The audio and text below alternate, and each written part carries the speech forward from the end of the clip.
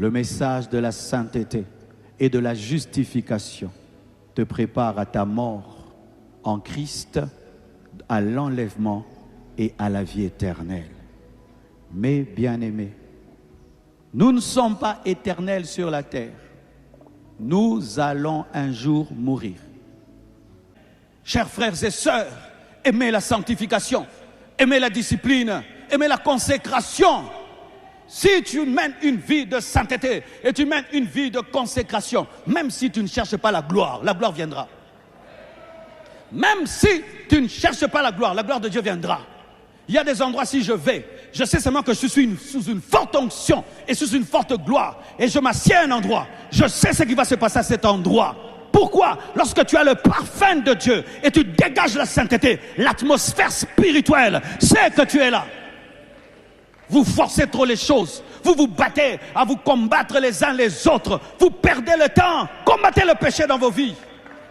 Vous combattez les gens, vous vous combattez, vous vous jalousez pour rien. Recherchez l'huile, recherchez le parfum et le roi vous épousera. Vous pensez que lorsqu'ils étaient dans les chambres des filles, il n'y avait pas de compétition? Il y avait des compétitions entre ces filles. Mais une fois que le roi t'a épousé, finit la compétition. Une fois que tu entres dans la gloire, finit la compétition. Parce que dans les hauteurs, il n'y a pas d'embouteillage. Dans les hauteurs, il n'y a pas d'embouteillage. Dans les hauteurs, il n'y a pas d'embouteillage. Monte. Ne combat pas les gens. Monte. Ne te dispute pas. Monte. Regardez dans les airs. Zéro embouteillage. Aucun embouteillage céleste, aucun, ni l'embouteillage des oiseaux, ni l'embouteillage des avions, pas d'embouteillage, parce qu'il y a de l'espace. Montez, cherche la gloire. Mais quand tu cherches la gloire, c'est pas Seigneur, donne-moi la gloire. Mets l'huile, mets le parfum, mets l'huile, mets le parfum. Écoute le Saint-Esprit, écoute Égaïe, mets l'huile, mets le parfum et sois patient. On ne dit pas 1 mois de parfum.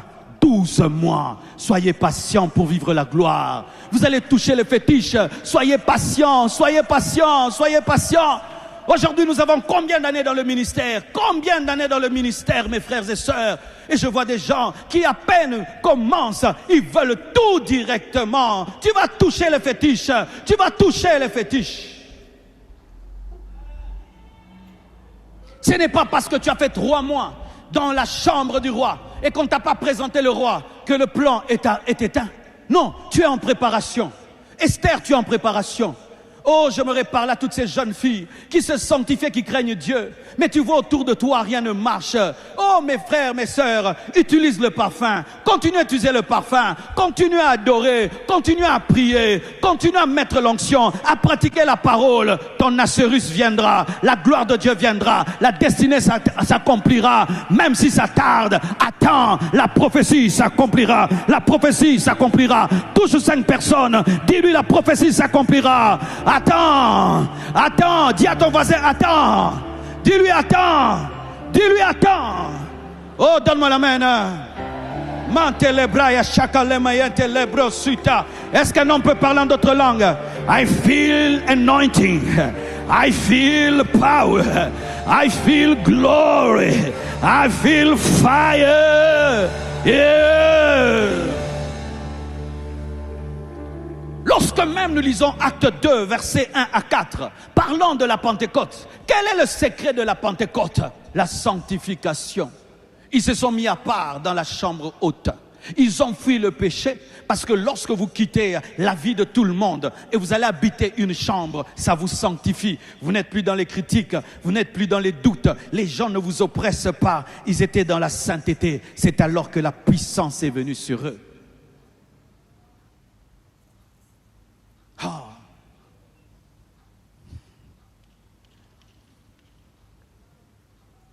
L'onction, la puissance réclame la sainteté. La chambre haute est le produit de la promesse de Christ, oui. De l'effusion de l'Esprit, oui. Mais nous oublions souvent des disciples sanctifiés, des disciples mis à part. Tu veux les dons de l'Esprit, tu veux être utilisé par Dieu, tu veux des grandes choses, mais regarde la vie que tu mènes. Regarde la vie de péché que tu mènes. Tu es en train de rechercher la Pentecôte en train de te promener sur la rue. Tu es en train de rechercher la Pentecôte en train de manger les bananes et les ngoubas sur la route. Tu es en train de rechercher la Pentecôte devant ta télévision en train de regarder des films à longueur de journée. Tu crois que tu auras la puissance comme ça? Tu crois que tu auras la puissance comme ça avec une vie de distraction? Tu crois que Dieu va donner le meilleur de lui-même à un distrait? Quelqu'un qui ne peut pas fermer à clé et le chercher. Quelqu'un qui ne peut pas se priver d'un péché et Dieu va investir en toi sa puissance. Vous aimez la puissance. Les Congolais aiment l'onction. Anointing, anointing. Mais la chambre haute, symbole de sainteté et de consécration, où est-elle dans vos vies? Où est-elle dans vos vies? Oh Saint-Esprit, ouah-moi. Mais le Saint-Esprit s'est manifesté dans une chambre haute. Quelle est votre vie de discipline? Quelle est votre vie de discipline? Vous voulez le feu? Je veux l'onction, je veux l'onction de Bénigne, je veux l'onction du pasteur Marcelo, je veux l'onction de celui-là. Comme vous allez dans les magasins, je veux ça. Service, je prends ça. Ah bon? Non, ça ne marche pas comme ça. Ça ne marche pas comme ça. Ça ne marche pas comme ça. Tous les hommes qui ont reçu le vrai dépôt à vie, qui reste dans leur vie, ont donné leur vie. Es-tu prêt à recevoir cette onction? Quel est le changement que tu donnes? Quelle est la transaction que tu vas faire entre toi et la puissance? Ils ont fait une transaction avec la puissance. Ils ont quitté tout ce qu'ils avaient, tout ce qu'ils faisaient. Ils sont restés dans un endroit. Ils ont fait une transaction. Quelle transaction tu vas faire?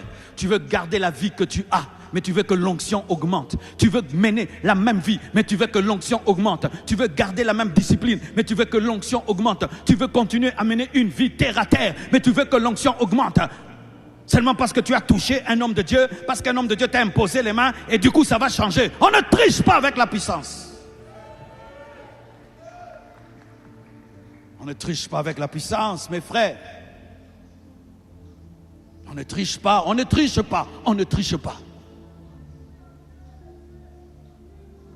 Tu dois sacrifier ta vie. Tu dois sacrifier les choses que tu aimes.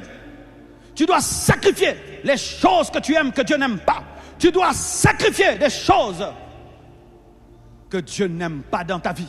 Et si tu vas pleurer pendant que tu vas le faire et que tu vas vivre une transformation totale, sois changé. C'est alors que la puissance de Dieu viendra. Sinon, la puissance, ce sera une histoire.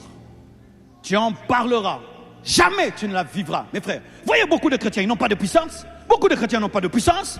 Ils n'ont pas de puissance. Pourquoi ils n'ont pas de puissance? Ils ont une vie faible en secret. Ils n'ont qu'une vie d'église.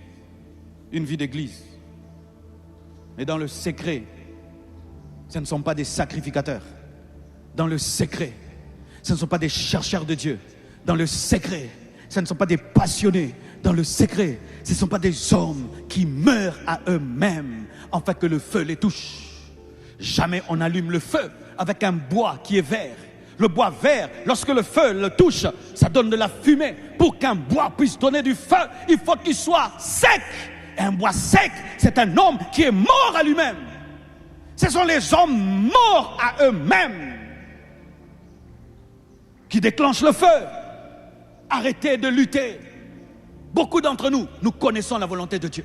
Beaucoup d'entre nous, nous savons ce que Dieu nous demande. Beaucoup d'entre nous, nous connaissons la vie réelle et profonde que nous devons mener. Mais pourquoi tu ne la mènes pas? Tu ne veux pas mener cette vie, mais tu veux que Dieu t'utilise puissamment, qui te oigne et tu déclares, et je serai, je deviendrai, je bougerai. Ça n'arrivera pas. Les slogans ne changent pas la vie. Paye le prix. Paye le prix. Paye le prix. Paye le prix. Les slogans. Oh Dieu, on entend tous les jours. Oh, je vais être, je vais faire. Oh Dieu est fatigué de ça. Paye le prix. Paye le prix. Je vous l'ai toujours dit, le Saint-Esprit était déjà là sur la terre avant la Pentecôte. Le Saint-Esprit était déjà sur la terre avant la Pentecôte. Parce que le Saint-Esprit est Dieu, il était déjà là. Mais pourquoi est-ce qu'il s'est manifesté ce jour-là? Parce qu'ils avaient atteint un niveau de soif, un niveau de consécration qui lui a dit, viens maintenant. Quand tu pries, il est là. Quand tu fais tes prières là, de 2 minutes, il est là. Quand tu pries tes prières de distraction, il est là. Quand tu as ta vie chrétienne là, moitié païen, moitié chrétien, il est là, il te regarde. Et tu dis, viens. Il dit, ça ne vaut pas la peine, ça ne sert à rien. Si je viens d'ailleurs, je vais te tuer. Si je viens d'ailleurs là, on ne saura pas marcher ensemble, ça ne marchera pas. Ça ne sert à rien. Vous ne connaissez pas ces filles? Un garçon la courtise des années, elle refuse. Pourquoi? Ça ne va pas aller, on ne parle pas le même langage, on n'a pas la même vision, le même comportement. Le garçon peut draguer cette fille-là, tant qu'il ne change pas et il n'a pas une bonne vision, elle ne va pas accepter. Il en est de même, tu veux le Saint-Esprit, mais tu as une petite vision, tu as une vie de péché, tu as une vie de bassesse, une vie de mondanité. Oh, viens Saint-Esprit, viens Saint-Esprit. Il dit, je vais venir faire quoi? On ne pourra pas marcher ensemble, notre mariage est impossible. Mais alors au lieu d'insister, viens Saint-Esprit, change, change. N'as-tu pas déjà le bilan de ta marche avec Dieu? Après toutes ces années, tu n'as pas déjà le bilan que ça ne marche pas, ce n'est pas glorieux? Mais change, non? Tu veux que qui te le dise? Tu veux que qui te le dise?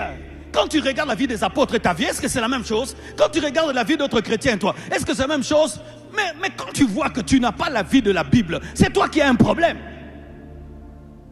C'est toi qui as un problème. La Bible n'a aucun problème. Dieu n'a aucun problème. Dieu n'a pas des préférés. Dieu n'a pas des enfants chéris.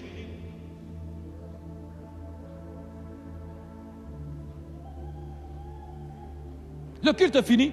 Tu vis comme un païen. Tu parles comme un païen. Mais comment vous allez? Le culte fini. Tu oublies les choses de Dieu. Tu oublies qu'il faut évangéliser. Tu oublies qu'il faut gagner les âmes. Qu'il faut craindre Dieu. Ici, tu es spirituel. Quand tu dis seulement amen, tu deviens païen, tu parles comme un païen, tu agis comme un païen. Mais comment, mes frères? Comment? Des gens qui oublient Dieu à la porte de l'église.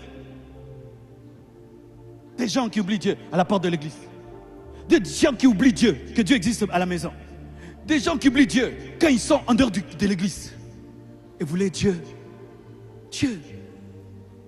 Même une personne qui se respecte ne peut pas faire une telle alliance. Même une personne. Ici, nous sommes des amis. Quand on dit amen, on sort là-bas, tu me boudes, tu m'ignores. Je vais être ton ami à l'église. Quand tu es avec tes amis, tu m'ignores. Ici, on frère-sœur. On dit amen, tu sors là-bas, tu m'ignores. Je vais être ton ami, mais Dieu. Ici, c'est ton ami. Quand tu sors là-bas, quand tu es avec les gens, quand tu es à l'école, à l'université, quand tu es des endroits où on ne te connaît pas, tu fais n'importe quoi. Tu penses que Dieu peut accepter de faire alliance avec toi et investir en toi sa gloire, sa puissance. Tu penses que Dieu peut faire ça? Si les hommes de ce monde, pour investir, prennent le temps, tu penses que Dieu investit bêtement? Dieu n'investit jamais bêtement. Il y a combien dans les Écritures des hommes que Dieu a présentés? Peu d'hommes. Parce que Dieu ne jette pas ses diamants au cochon, dit la parole. Il ne jette pas ses perles au cochon. 8, versets 29 à 30, un grand secret. Car ce qu'il a connu d'avance, aïe aïe aïe, merci Jésus, tu m'as connu d'avance. Avant que je n'entre dans le ventre de ma mère, tu me connaissais. Tu savais que je serais congolais et que je m'appellerais Marcelo. Tu savais que je serais le pasteur de la compassion. Ce qui est pour moi le live, pour toi c'est une rediffusion. Mante labo siaka pataleli osotaya. Pour moi c'est le live, pour toi c'est la rediffusion. Tu connais mes combats avant mes combats. Et donc tu connais mes victoires avant mes victoires. Et lorsque tu me dis sois en paix dans la guerre, j'ai la paix parce que tu précèdes mon futur. Et tu connais mon futur et tu me le racontes dans mon présent. Mon futur c'est le passé pour toi. Mon futur c'est le passé pour toi. Ton futur c'est le passé de Dieu. Ce qu'il a connu d'avance. Il les a aussi prédestinés à être semblables à l'image de son Fils. Le plus grand but de Dieu pour nous, ce n'est pas d'abord devenir riche, des millionnaires, des milliardaires, des grands pasteurs internationaux. Non, être semblable à Jésus. C'est que Dieu cherche en toi, ce n'est pas d'abord ta poche, ta femme, tes enfants, ton jet privé. Est-il semblable à Jésus? Parce que c'est ça le plan. C'est ça le plus grand projet. Le problème, nous venons à l'église et nous oublions le but de Dieu, être comme Jésus. J'ai échoué dans cette église si je ne vous amène pas à être comme Jésus. Si vous vous mariez, vous achetez des maisons, vous devenez grand, mais vous ne ressemblez pas à Jésus, j'ai échoué. Pasteur, travaille à ce que tes fidèles ressemblent à Jésus. Présente Jésus, parle de Jésus. Réjouis-toi lorsque tes fidèles commencent à être des Jésus.